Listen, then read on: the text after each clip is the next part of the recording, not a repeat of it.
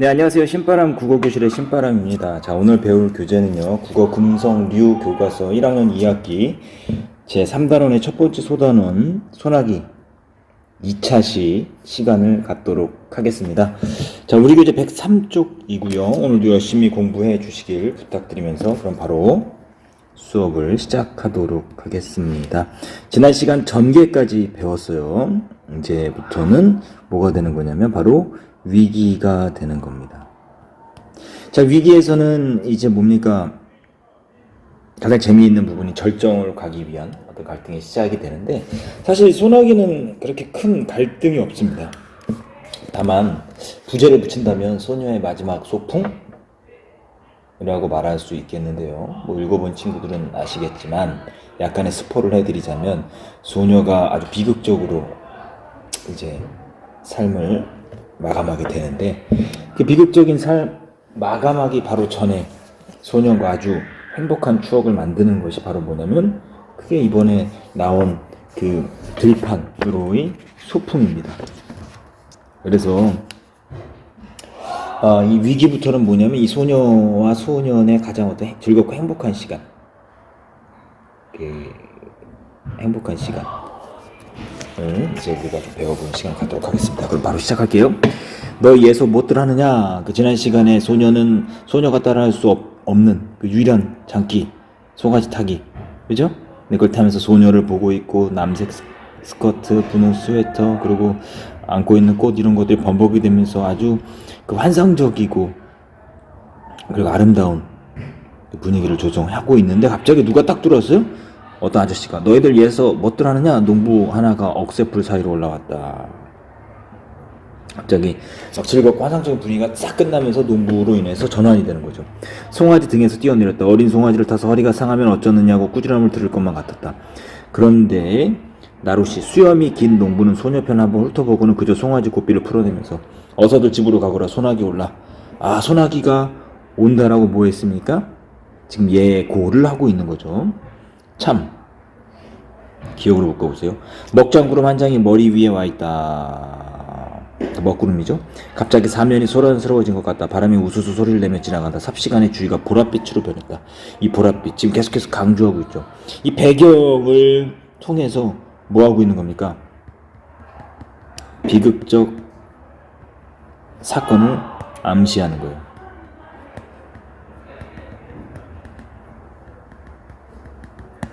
일본이라고 했습니다. 이런 것들이 계속 나와요. 계속 암시를 해주고 있는 거예요.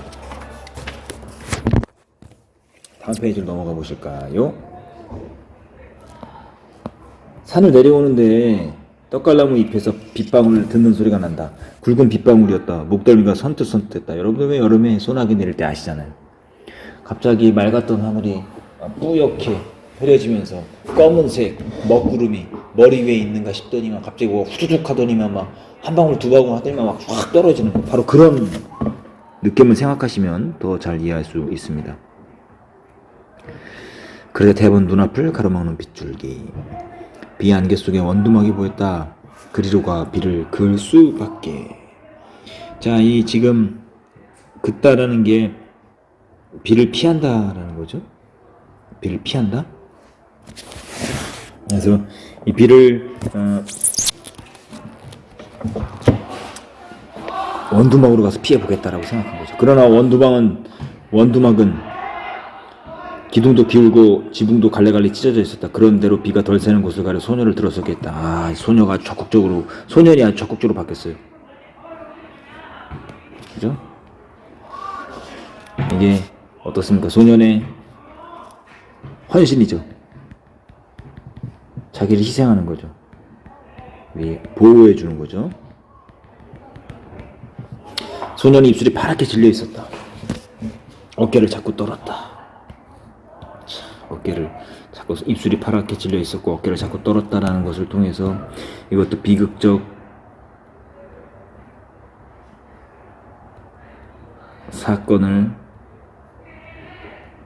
암시하는 겁니다. 2번이 될 거예요. 무명 겹조거리를 벗어 소녀의 어깨를 싸주었다. 이거는 헌신, 소녀를 위한 헌신, 2번으로 갔고요. 소녀는 비에 젖은 눈을 들어 한번 쳐다볼 뿐 소년이 하는 대로 잠자코 있었다. 성격이 아니라 정반대로 바뀌어버렸어요. 소녀는 적극적으로, 소녀는 수동적으로, 소극적으로, 그죠? 그러면서 안고 온 꽃묶음 속에서 뭐 한다고요? 가지가 꺾이고 꽃이 일그러진 송이를 골라 발밑에 버리다. 아까 앞에서 송아지 탈 때 그 꽃묶음과 남색 스커트와 그 분홍색 스웨터가 막 어우러져서 하나 같다라 그랬는데 그 중에 꽃을 버린다라는 건 그 꽃도 결국 소녀를 상징하는 건데 그 소녀의 어떤 비극적인 어떤 결말, 그것도 비극적 사건 암시 3번이 되는 거죠. 소녀가 들어선 것도 비가 새기 시작했다. 더 거기서 비를 그을 수 없었다. 밖을 내다보던 소년이 아주 적극적입니다. 무엇을 생각했는데 수수밭 쪽으로 달려간다. 세워놓은 수수단 속을 비집어 보더니 옆에 수수단을 날라 더 세운다. 다시 속을 비집어 본다. 그러고는 소녀 쪽을 향해 손짓을 한다. 이리 오라는 거죠. 지금 비를 더 이상 피할 수 없으니까 비를 피할 수 있게 뭐 한 거예요? 또 헌신한 거죠. 수수단 속은 비는 안 세웠다. 그저 어둡고 좁은 게 안 됐다. 앞으로 나앉은 소녀는 그냥 비를 맞아야만 했다. 아, 멋있네요. 소녀를 위한 헌신 몇 번이 되는 거죠? 4번이 되는 거죠? 그런 소년의 어깨에서 김이 올랐다. 소녀가 속삭이듯이 이리 들어와 앉으라고 했다. 괜찮다고 했다. 소녀가 다시 들어와 앉으라고 했다. 할 수 없이 뒷걸음질을 쳤다. 그 바람에 소녀가 안고 있는 꽃묶음이 우그러들었다. 그러니까 지금 계속 소년이 소녀를 앞에서 뭐 갈 꽃이 움직이는지 뭐 소녀가 움직이는지 알 수 없었다. 그래서 꽃과 소녀를 계속 동일시하는 거죠. 결국 이 꽃묶음이 그 우그러든 것은 결국 뭐를 의미하는 거냐면 소녀의 어떤 비극적인 결말, 이것도 비극적 사건을 암시하는데 이게 4번이 되겠죠. 결국 이 꽃묶음은 누구를 상징하는 거냐면 소녀를 상징한다는 거예요. 그러나 소녀는 상관없다고 생각했다. 비에 젖은 소년의 몸냄새가 확고히 끼얹어졌다. 사실은 그 소년과 함께 지낸 시간으로 인해서 소녀의 병이 급속도로 악화되기도 하는 거거든요. 그러나 고개를 돌리지 않았다. 도리어 소년의 몸 기운으로 해서 떨리던 몸이 저기 누그러지는 느낌이었다. 소란하던 수순잎 소리가 뚝 붙였다. 밖이 멀게졌다. 이제 밝아지는 거죠. 수수단 속을 나왔다. 멀지 않은 앞쪽에 햇빛이 눈부시게 내리붙고 있었다. 도랑 있는 곳까지 와보니 엄청나게 물이 불어 있었다. 빗마저 제법 붉은 흙탕물이었다. 뛰어 건널 수 없었다. 소년이 등을 돌려댔다. 아주 가장 아름다운 부분입니다. 소녀가 순순히 엎였다. 걷어올린 소년의 잠방이까지 물이 올라왔다. 소녀는 어머나 소리를 지르며 소년의 목을 끌어안았다. 꽉 안은 거죠. 어머나 하면서 아주 그냥 가장 아름다운 모습. 그러니까 소년과 소녀가 매우 가까워졌음을 암시하는 거죠. 소년과 소녀가 매우 가까워졌음을 알 수 있다 라는 거죠. 다음 페이지 넘어가 볼까요? 다음에 멋진 그림은 사실 좀 잘못 그렸습니다. 이게 한 명 들어가기 딱 알맞은 건데 두 명이 더 들어가긴 하네요. 개울가에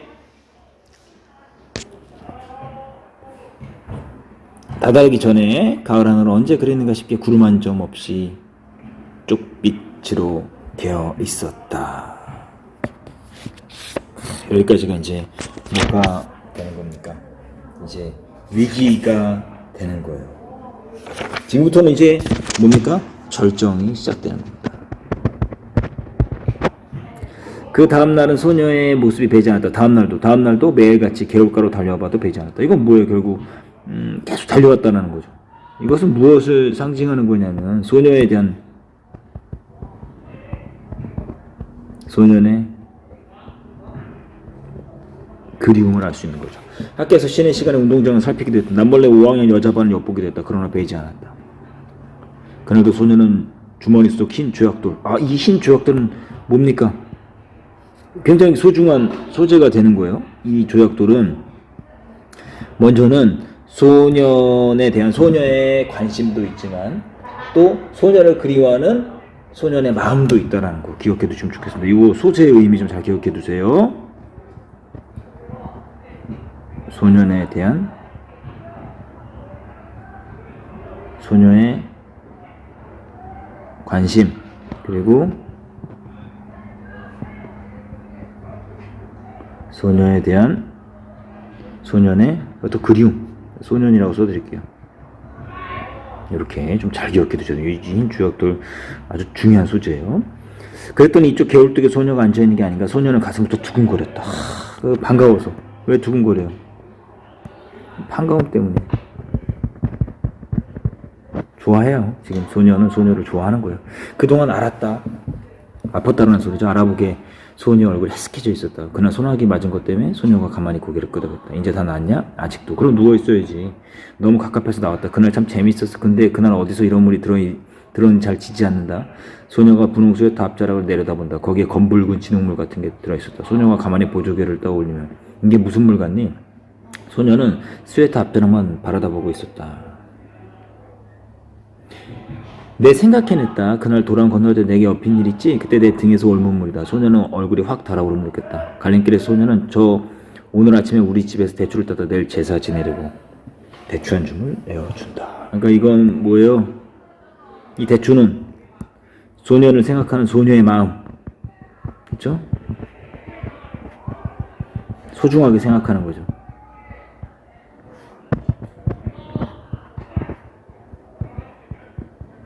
지금의 대추는 여러분들이 줘도 잘 안 먹겠지만 이 당시만 하더라도 대추는 아주 귀한 아주 간식이었던 거예요. 그거를 막 챙겨갖고 와서 주는 거죠. 그러니까 분홍 스웨터에 들은 물은 또 뭘 상징하는 겁니까? 소년과 소녀의 행복한 어떤 추억. 소년과 소녀의 추억이라는 것도 기억해 두셔야 되겠죠. 다음 페이지 넘어가 볼까요?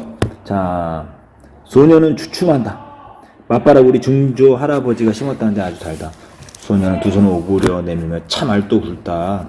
그리고 우리 이번 제사 지내고 나서 좀 있다가 집을 내주게 됐다. 이사 간다는 소리죠. 이별을 지금 뭐하고 있어요? 예고하고 있는 거죠. 지금 이별하게 될 것을 뭐하는 겁니까? 암시하는 거죠.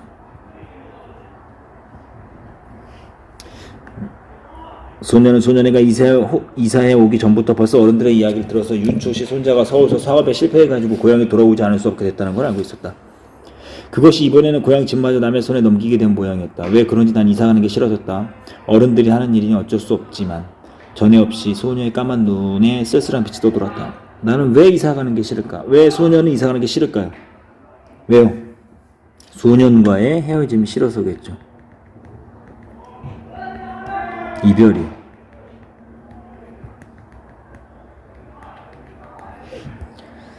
소녀와 헤어져 돌아오는 길에 소녀는 혼자 속으로 소녀가 이사를 간다는 말을 수없이 되뇌어 보았다. 왜요? 인정하고 싶지 않은 거예요.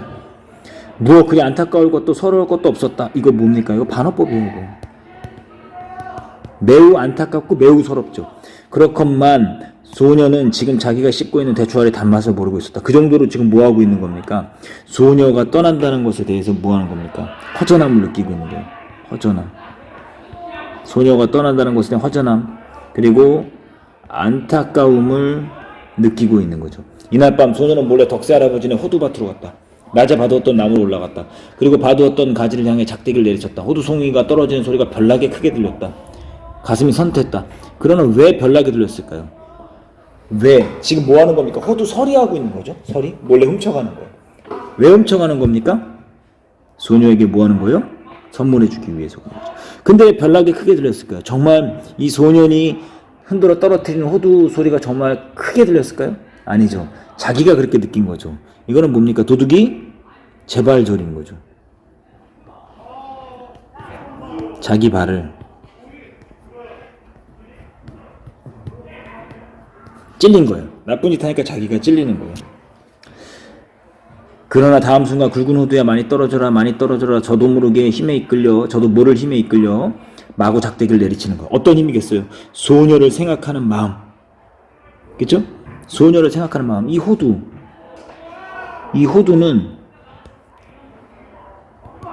소녀를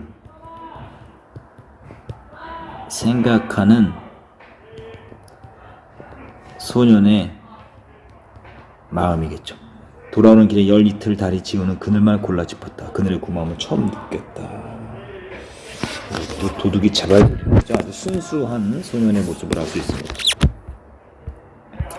다음 페이지 넘어가시면 불룩한 주머니를 어루만졌다. 호두송이를 맨손으로 깠다가는 몸이 오르기 쉽다는 말 같은 건 아무렇지도 않았다. 왜? 소녀에게 빨리 갖다 주고 싶어서. 그저 근동에서 제간 이 덕세 할아버지는 호두를 어서 소녀에게 맛보여야 한다는 생각만이 앞섰다. 그런 아차하는 생각이 들었다. 소녀도 병이 좀 낫거들랑 이사 가기 전에 한번 개울가로 나와달라는 말을 못해둔 것이었다. 바보 같은 것.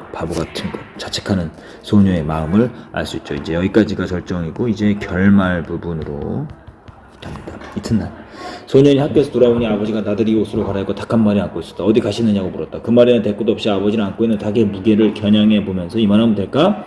어머니가 망태기를 내주며 벌써 며칠째 갸갸하고 알라을짜리를 보던데요. 크진 않아도 살은 쪘을 거예요. 소년이 이번에는 어머니한테 아버지가 어디 가시느냐고 물어봤다. 저 소당 꼴 윤초시댁이 가신다. 제쌍이라도 놓으시라고. 그럼 큰 놈으로 하나 가져가지. 저 얼룩수탉으로. 지금 왜 큰 놈으로 가져가라고 하는 거예요? 이거는 지금 뭐야? 소녀를 생각하는 마음. 소녀에게 더 좋은 것 주고 싶어서. 그죠? 더 좋은 것을 주고 싶어서. 이 말에 아버지는 허 웃고 나서 임마 그래도 이게 실속이 있다. 소녀는 열적어서 괜히 이제 부끄러워서 책보를 집어던지고는 외양간으로 가 소 잔등을 한번 철썩 갈겼다. 새파리라도 잡는 척. 겨울물은 날로 여물어 갔다. 소녀는 갈림길에서 아래쪽으로 가보았다. 갈반머리에서 바라보는 소당골 마을은 쪽빛 하늘 아래 한결 가까워 보였다. 이게 뭐예요? 소녀에 대한 그리움. 소년의 마을을 쳐다보고 있는 거죠. 그런데 아주 아름답게 표현했죠. 갈반머리에서 바라보는 서당골 마을은 쪽빛 하늘 아래 한결 가까워 보였다. 소녀에 대한 그림을 이렇게 아름답게 표현했습니다. 시적으로. 이 소설의 특징입니다. 어른들의 말이 내일 소년애가 양평읍으로 이사간다는 것이었다. 거기 가서는 조그마한 가게방을 보게 되리라는 것이었다. 소년은 저도 모르게 주머니 속 호두알을 만지작거리며 한 손으로는 수없이 갈 꽃을 휘어꺾고 있었다. 그러니까 뭡니까? 아주 간절한 그리움.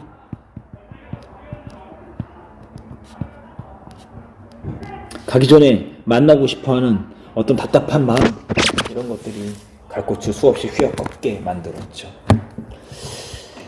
자, 그날 밤 소녀는 자리에 누워서도 같은 생각뿐이었다. 내일 소년애가 이사가는 걸 가보나 어쩌나. 가면 소녀를 보게 될까 어떨까. 그러다 까무룩 잠이 들었는가 하는데 허참 세상일도. 말 같던 아버지가 언제 돌아오는지. 윤초시댁도 말이 아니요. 그 많던 전답을 다 팔아버리고 대대로 살아오던 집마저 남의 손에 넘기더니 또 악상까지 당하는 것을 보면 난폭불 밑에서 바느질감을 안고 있던 어머니가 증손이라고는 그 기집애 하나뿐이었죠? 그렇지 사내에 둘 있던 건 어려서 잃고 어쩌면 그렇게 자식복이 없을까? 글쎄 말이지 이번엔 꽤 여러 날 앓는 걸 약도 변변히 못 써봤다더군. 지금 같아서는 윤출신의 대가 끊긴 셈이지. 그런데 참 이번 기집애는 어린 것이 여간 잔망스럽지 않아? 아주 맹랑한 데가 있어. 이런 뜻이요. 글쎄 기억으로 묶으시고요. 죽기 전에 이런 말을 했다지 않아? 자기가 죽거든 자기가 입던 옷을 꼭 그대로 입혀서 묻어달라고. 여러분 자기가 입던 옷은 뭡니까? 분홍색 스웨터죠. 그 분홍색 스웨터는 어떤 물이 들었죠? 그 소나기로 인해 불어난 그 물을 건널 때, 도랑을 건널 때 그 소년의 그 묻어있던 그 흙이 소녀에게 물이 들었잖아요. 그래서 그걸 뭐라 그랬어요? 앞에서 그 소년과 소녀의 그 행복했던 추억이다라고 말씀드렸죠. 그러니까 결국은 이 유언은 뭘 의미하는 겁니까? 결국 뭡니까? 죽어서도 소년과의 추억을 뭐 하겠다? 간직하겠다. 소년과의 추억을 영원히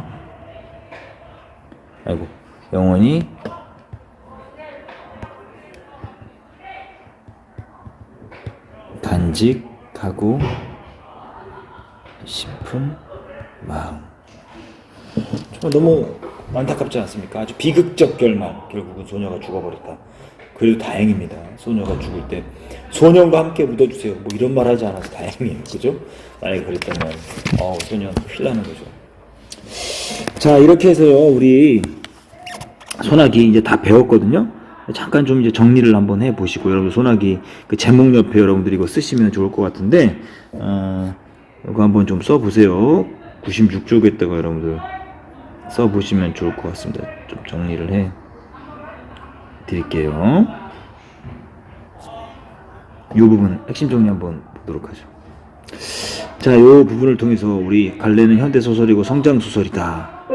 성격, 소년과 소녀의 순수한 사랑을 말하고 있고, 이게 주제죠. 성격이 아니라 이거 주제입니다. 이거 잘못됐는데요. 이거 주제가 되는 거고요. 이거는 제재는 소나기이고, 특징이 중요합니다. 특징 중요하니까 여러분들 잘 기억해 두시면 좋을 것 같아요. 특징은 간결하고 함축적인 문체, 짧죠. 서정적이고 형토적인 분위기가 잘 드러나고 있고, 상징적 소재와 복선, 뭐 조약돌이니 뭐 지금 대추, 그리고 전해주지는 못했지만 호두, 그리고 얼룩수타, 뭐 흰 조약돌, 뭐 이런 것들, 스웨터 이런 것들 여러분 잘 기억해 두셔야 돼요. 인물의 경험을 통해서 인간의 삶을 성찰할 수 있게 만들어 줬다라는 거, 요거 잘 정리를 해 두시면 좋겠습니다. 자, 오늘도 열심히 공부해 주셔서 감사합니다. 그럼 다음 시간에 다시 만나요. 소년이여, 야망을 가져라.